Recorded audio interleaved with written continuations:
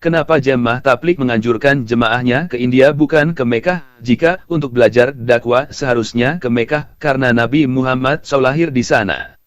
Mari kita bedah anomali ini dengan kacamata geopolitik agama dan kritik dekonstruksi.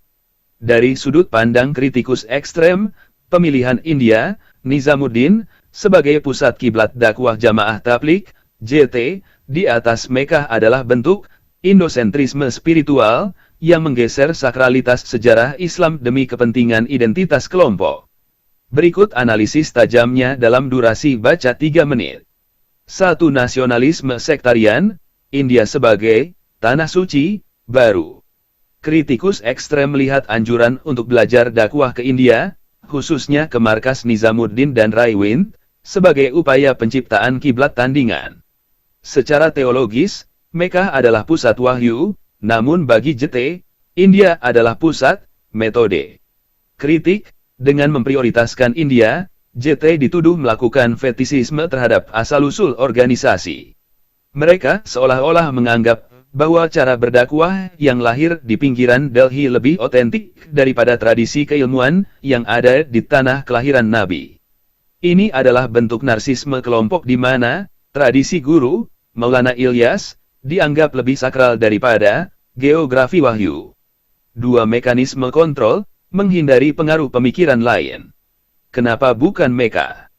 Kritikus berargumen bahwa di Mekah atau Madinah, jamaah akan terpapar pada berbagai pemikiran Islam internasional yang kritis dan beragam, seperti pengaruh Salafi, pemikiran progresif, atau mazhab hukum lainnya. Analisis, mengirim jamaah ke India adalah strategi karantina ideologis. Di markas Nizamuddin, lingkungan sangat terkontrol, tertutup, dan hanya diisi oleh narasi tunggal kelompok. India dipilih untuk memastikan jamaah tetap berada dalam doktrin Deobandi Tablighi tanpa ada gangguan intelektual dari luar.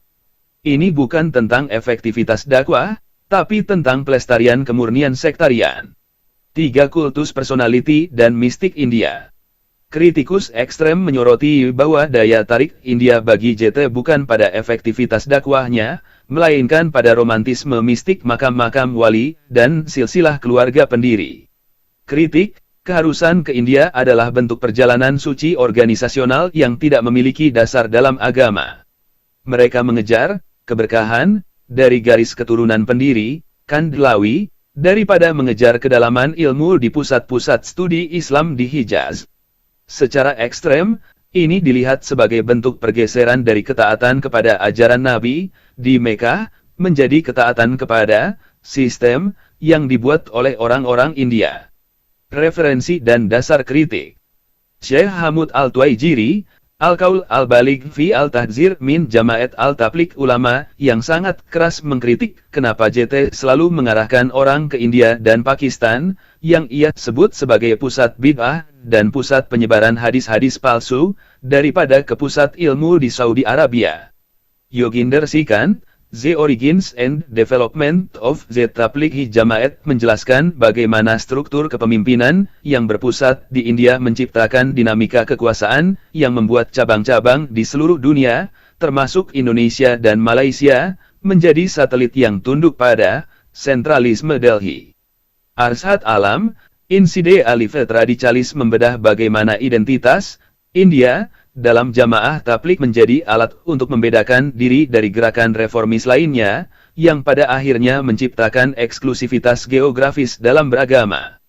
Kritik Wahabi Salafi terhadap kiblat Nizamuddin, literasi Salafi sering menyoroti bahwa pengutamaan India di atas Mekah Madinah adalah bukti bahwa JT memiliki ajaran rahasia yang tidak selaras dengan keterbukaan dalil-dalil yang diajarkan di Tanah Suci.